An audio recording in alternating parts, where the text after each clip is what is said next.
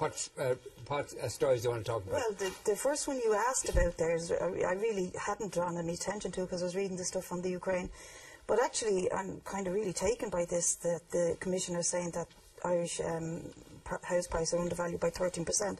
But if you read through the article, it does add that the price of houses in Dublin is rising too steeply and that there's an undersupply of housing in Dublin.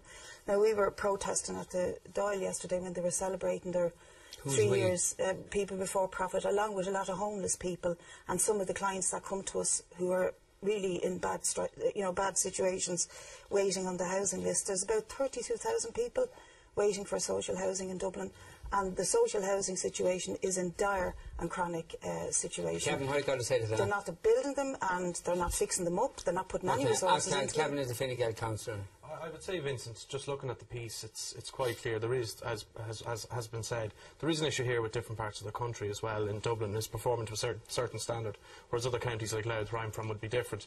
But I would say that it does appear to be increasing slowly.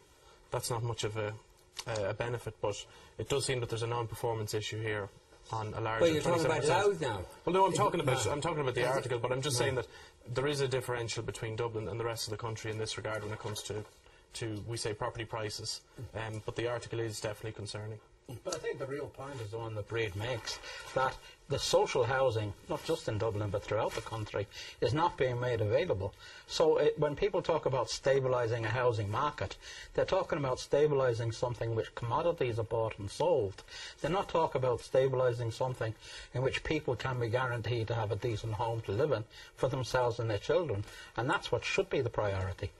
And, the rents in Dublin are going through the roof and people cannot afford them, with landlords saying they're openly saying we don't take people who are on social welfare or on the RAS schemes, which is a discrimination against people because of their economic circumstances. Olive, tell us what the tweet machine is saying.